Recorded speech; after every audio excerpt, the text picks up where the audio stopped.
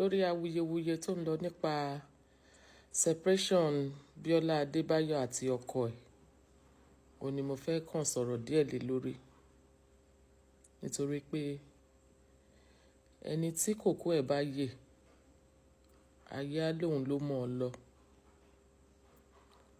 Wọ́n ní kò sí ẹni tó mọ̀ ọ́ ṣe bí ó bá jẹ́ pé Ọlọ́run ó bá ṣe, àti pé tí ẹnì kankan bá ní there's a perfect marriage, ẹ kọ́kọ́ wá ibi tí ẹ lè fún ní ìgbárùn tó máa wọlé sí lákínyẹmí ara kẹ́dẹ̀ sọ fún pé òpùrọ́ ayérayé.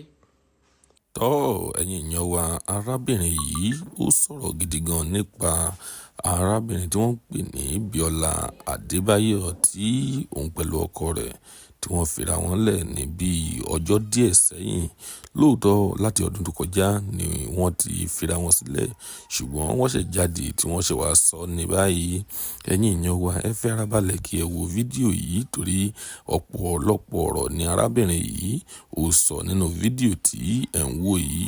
Ó sọ wípé kò sẹ́ni tí ó mọ̀ ọ́ ṣe tàbí àfi kí Ọlọ́run kí ó ṣà fún ẹni náà ṣe. Ó ní kò sígbéyàwó tí ó perfect. Ẹ wo ẹ̀yin èèyàn wa, ọ̀pọ̀rọ̀ kágbọ̀n. Ẹ gbìyànjú láti wo fídíò yìí láti bẹ̀rẹ̀ títí dé ìparí. A ó máa play fídíò náà ní ẹ̀kúnrẹ́rẹ́ fún yín nísìnyí. Ó ti yá. Onírú ẹni bẹ́ẹ̀ Ọlọ́run nìkan ló lè tukọ̀ ìgbéyàwó tó dẹ̀ máa jẹ́ kó hàn ó dàbí pé ẹni yẹn mọ̀ ọ́ ṣe. Kò sẹ́ni tó mọ̀ ọ́ ṣe o. Ká máa gbàdúrà ní pé kí Ọlọ́run Elédùmarè kó má yọwọ́ ẹ̀ nínú ọ̀rọ̀ wa.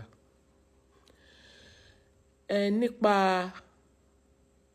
ẹni tó bọ́ síta tó wá ń sọ̀rọ̀ nípa BIOLA,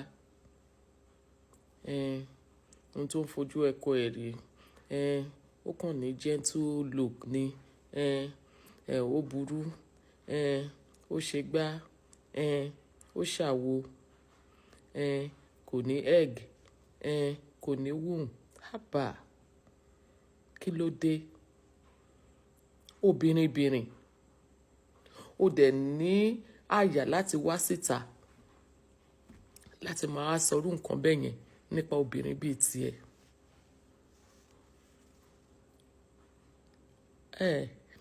Ṣé rí, BIOLA is one of the most respected actress in Nollywood. I really applaud her for that.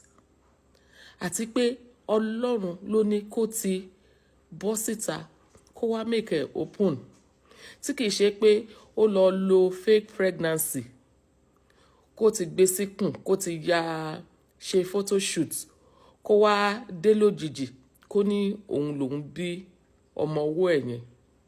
Ṣe bí àwọn nuisance kan ò bá ṣe jáde nísìn tí wọ́n wá tú láṣìírí, but because she so much have that dignity, she respects herself, ó bọ́ síta, ó sọ, ó jẹ́ kí gbogbo ayé mọ̀ pé surrogacy òun lòun fi bí ọmọ yẹn.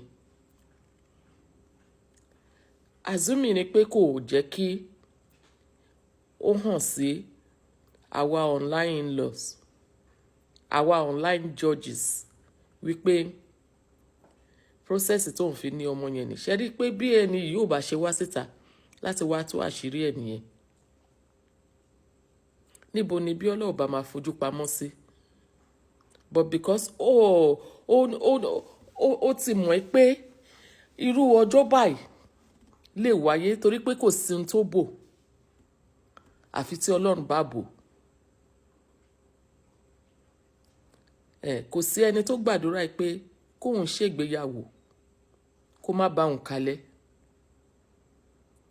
Tá a bá wí ká lọ, tá a bá wò, tá a bá ní bóyá ká lọ kábọ̀ lórí ẹni tó wá ń sọ̀rọ̀ yìí gan,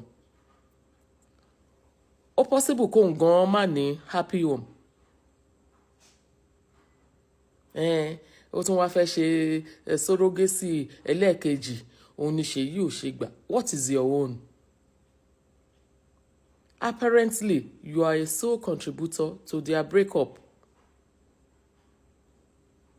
Kí Ọlọ́run Elédùmarè kó má jẹ́ kí àwọn ọmọ wa àtọkùnrin àtobìnrin kó má ṣíléyà, kó má pàdé lénìní. Ẹni tó bá ní gbogbo àwọn ẹbí ọkọ mi náà fẹ́ràn mi, gbogbo àwọn ẹbí ìyàwó mi náà fẹ́ràn mi, they play. They play.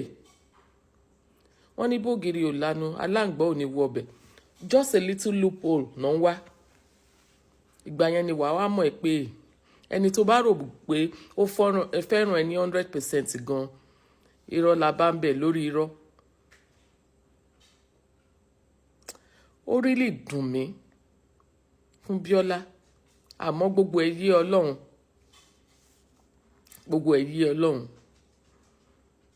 Marriage ò ń ṣe achievement, ẹni tó rí bá ṣe kó máa dúpẹ́. So for those castigating her, Ọlọ́run ò ní jẹ́ kẹ́ rí ohun tí ó máa mú yín sọ pé jẹ́ ń sásàlẹ̀ fẹ́ mi nínú marriage. To that woman, ó ṣe dáadáa. Ó ń sọ̀rọ̀ sọ́wọ́ kó gbóòórùn ẹ̀, kó rí bó ṣe ń rùn. Who ask you? Àǹtí ẹlẹ́jọ́ wẹ́wẹ́, ta ló béèrè lọ́wọ́ yín? Ẹ ṣe jẹ́ kí Ṣèyí fúnra ẹ̀ jáde wá sọ̀rọ̀. And I didn't see anything wrong nínú announcement tí Bíọ́lá ṣe. Kò bú ọkọ ẹ̀, kò say anything negative. Èwo ń ti yín ẹlẹ́jọ́ wẹ́wẹ́? It is well o. Ọlọ́run ṣá máa ṣàánú fún wa. Bíọ́lá, I wish you the very best in life. Tọ́kọ bá kọ̀yàn ọkọ lèèyàn máa tún fẹ́. Ayé ò parẹ́. Tó bá yá, gbogbo àwọn tó ń fẹnu wọn wá rọ́ọ̀fù, wọ́n á gbẹnu lọ́wọ́.